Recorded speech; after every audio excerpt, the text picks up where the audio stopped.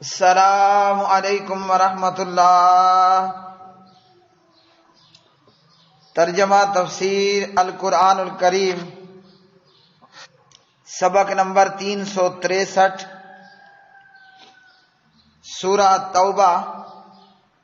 آیت 48 تا 51۔ اعوذ باللہ من الشیطان الرجیم۔ لَقَدِ ابْتَغَوُا الْفِتْنَةَ مِن قَبْلُ وَقَلَّبُوا لَكَ الْأُمُورَ حَتَّى جَاءَ الْحَقُّ وَظَهَرَ أَمْرُ اللَّهِ وَهُمْ كَارِهُونَ۔ وَمِنْهُمْ مَنْ يَقُولُ ائْذَن لِّي وَلَا تَفْتِنِّي أَلَا فِي الْفِتْنَةِ سَقَطُوا وَإِنَّ جَهَنَّمَ لَمُحِيطَةٌ بِالْكَافِرِينَ۔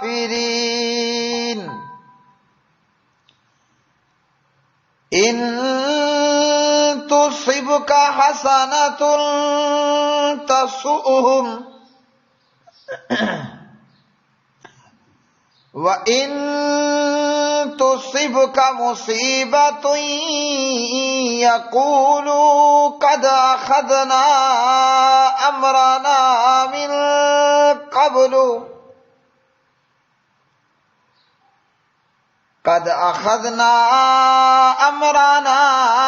مِن قبل ويتولوا وهم فرحون۔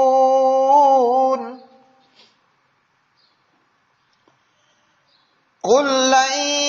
يصيبنا إلا ما كتب الله لنا هو مولانا وعلى الله فليتوكل المؤمنون۔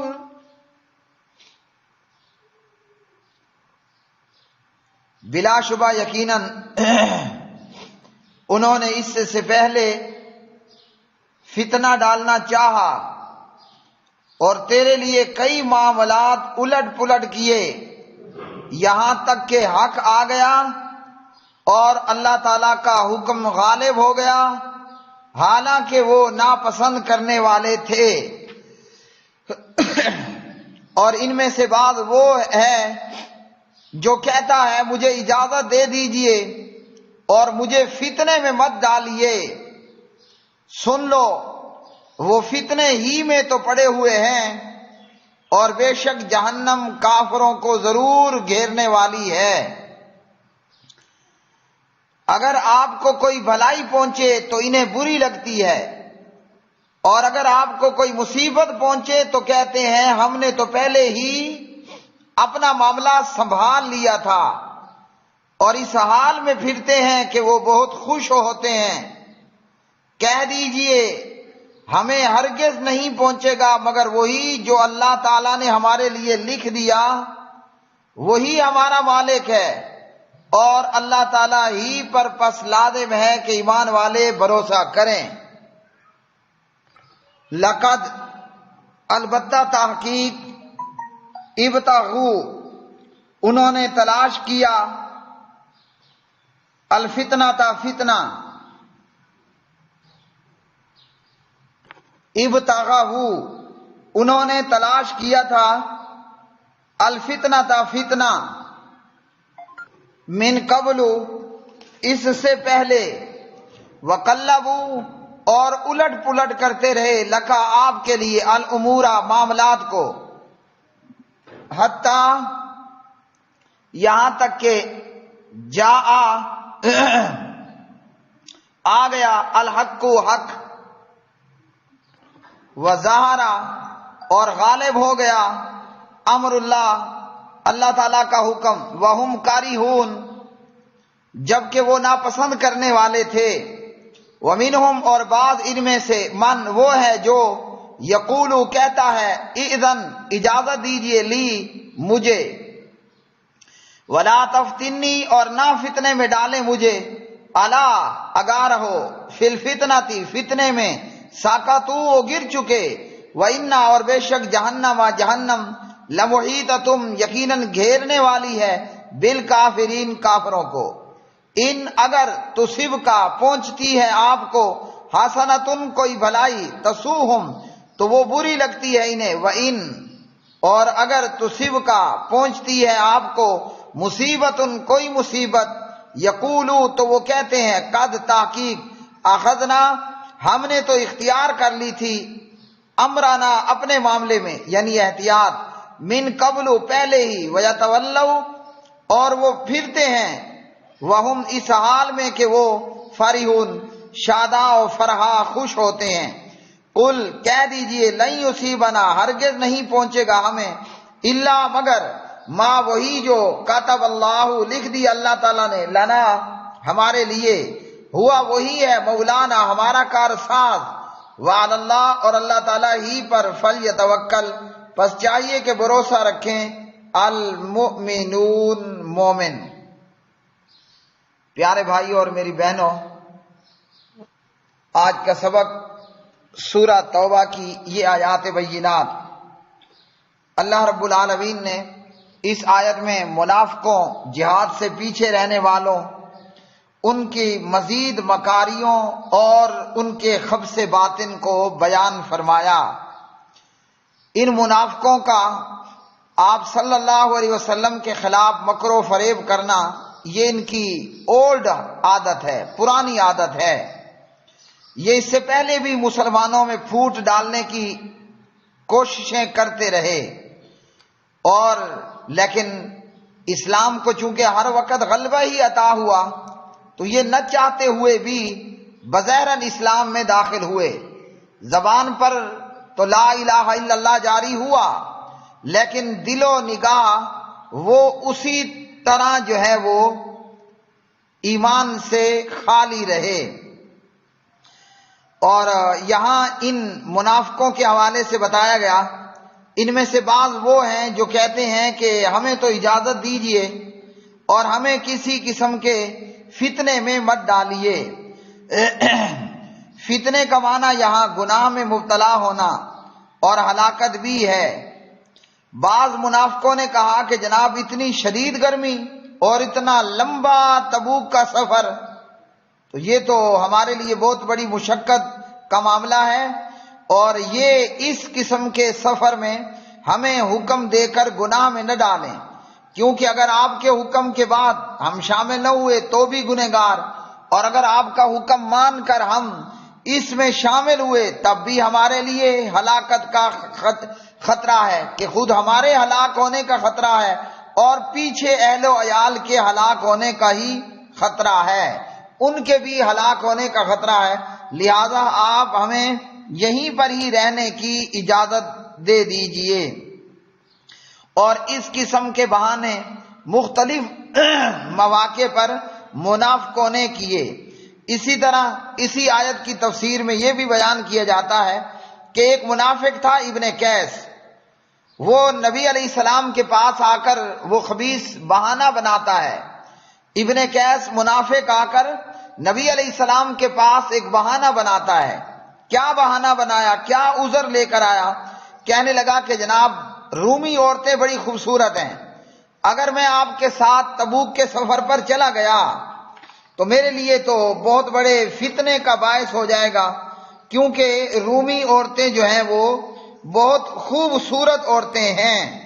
اور میں اپنے آپ پر قابو نہیں رکھ سکوں گا، چونکہ رومیوں کی عورتیں بہت خوبصورت عورتیں ہیں، اس لیے میں آپ کے ساتھ جانے سے انکاری ہوں کہ ان حسن و جمال والی عورتوں کو دیکھ کر میرا اپنے آپ پہ خود پہ قابو نہیں ہوگا، لہذا مجھے مجبور سمجھیے اور مجھے یہاں پر ہی رہنے کی اجازت دے دیجئے۔ المعجم الکبیر اسے بعض نے حسن کہا ہے اور بعض نے اس روایت کو ضعیف کہا۔ تو یہ مختلف قسم کے بہانے، جس نے کچھ نہ کرنا ہو پھر اس کے بعد آئیں بائیں شائیں اور چونکہ اور چنانچوں ان کی لمبی گردان موجود ہوتی ہے۔ جس کا ارادہ اللہ کی راہ میں نکلنے کا نہ ہو تو وہ پھر مختلف بہانے تراشا کرتے ہیں، اور یہی کام منافقوں نے کیا۔ کبھی تو کہا کسی موقع پر ان بیوتنا عورا، اور کبھی کوئی بہانہ لے کر آئے، کبھی کوئی بہانہ لے کر آئے۔ کبھی کہا کہ جناب اماں بیمار ہے، تو کبھی کہا کہ دادی بیمار ہے، کبھی کہا کہ ہمارے اپنے گھر غیر محفوظ ہیں، ہمارے گھر غیر محفوظ ہیں، ہمارا اہل و عیال غیر محفوظ ہے، سفر بڑی دور کا ہے۔ کوئی بہانہ لے کر آتا اور کوئی عذر لے کر آیا کرتا تھا۔ تو اللہ تعالیٰ نے فرمایا سن لو، یہ فتنے میں تو پڑے ہی ہوئے ہیں، اس سے بھلا کوئی اور فتنہ ہوگا کہ یہ اپنے آپ کو جہاد کے میدان سے دور رکھنے والے، زندگی سے پیار کرنے والے، موت سے نفرت کرنے والے، راہ جہاد سے فرار اختیار کرنے والے، یہ اپنے آپ میں بہت بڑا فتنہ ہے۔ اور کیا یہ خاک فتنے میں پڑیں گے کہ جب یہ خود اتنے بڑے فتنے کے اندر مبتلا ہو چکے ہیں کہ اللہ اور اس کے رسول کے ساتھ کفر کرنا، بات نہ ماننا اور جہاد میں شریک نہ ہونا، یہ اپنے آپ میں بہت بڑا فتنہ ہے۔ اور پھر اللہ رب العالمین نے فرمایا اگر مسلمانوں کو کوئی خیر و بھلائی پہنچتی ہے تو منافقوں کو اس پہ بڑا درد، بڑی تکلیف اور بڑی کڑن ہوتی ہے۔ اگر مسلمانوں کو کوئی خیر پہنچ جائے، یہاں خیر سے بھلائی سے مراد کیا ہے؟ مسلمان جہاد میں کامیاب ہو جائیں، مال غنیمت حاصل ہو جائے، سلامتی کے ساتھ مجاہدوں کی واپسی ہو جائے، تو یہ منافقوں کو بڑا برا لگتا ہے۔ ویسے مجاہد ہر حال میں کامیاب ہوتا ہے، مجاہد ہر حال میں خیر و بھلائی کو ہی پا لیتا ہے۔ وہ شہید ہو گیا تو جیتے جی جناب جنت کے کھانے پینے اور عرش نیچے رہنا اللہ سبحانہ و تعالی اسے عطا کر دیتا ہے، اور اگر وہ غازی بن کے لوٹا تو تب لونڈیاں ہیں اور دنیا کا مزہ بھی آخرت کا بھی مزہ، یعنی مجاہد کی پانچوں گھی میں ہے۔ وہ جیسے کہا جاتا ہے نا کہ یار آپ کی تو پانچوں گھی میں پڑی ہوئی ہیں، اللہ کی راہ میں جہاد کرنے والوں کی، بدر و احد و حنین تبوک والوں کی پانچوں گھی میں، یہ شہید بھی ہو جائے تب بھی کامیاب ہے، یہ غازی بن کے لوٹ آئے یہ تب بھی کامیاب و کامران ہے۔ لیکن اگر مسلمانوں کو خیر و بھلائی پہنچتی فتح کی صورت میں، مال غنیمت کی صورت میں، تو منافقوں کو یہ بات بڑی بری لگا کرتی تھی۔ اور مصیبت اگر پہنچتی، مصیبت سے مراد یہ وقتی طور پر فتح نہ حاصل ہوتی، مسلمان مجاہد زخمی ہو جاتے، شہید ہو جاتے، تو اس پر پھر ان کو بڑی خوشی ہوا کرتی تھی۔ اور یہ مسلمانوں کی مصیبت پر خوش ہوتے، مصیبت پر خوش ہوتے اور خیر و بھلائی ملنے پر یہ افسوس کیا کرتے تھے، اور ہر وقت ہی چالیں چلا کرتے تھے، اور مسلمانوں کو عین میدان میں تن تنہا کر دینے کی کوششیں کیا کرتے تھے، جیسا کہ عبداللہ ابن ابی ابن سلول نے احد کے موقع پر کیا، اور جیسا کہ منافقوں نے تبوک کے موقع پر کیا۔ فرمایا اللہ سبحانہ و تعالیٰ نے کہہ دیجئے ہمیں جو بھی ملے، فتح ملے یا شہادت ملے، سب کچھ ہمارے پروردگار کے ہاں لکھا ہوا موجود ہے۔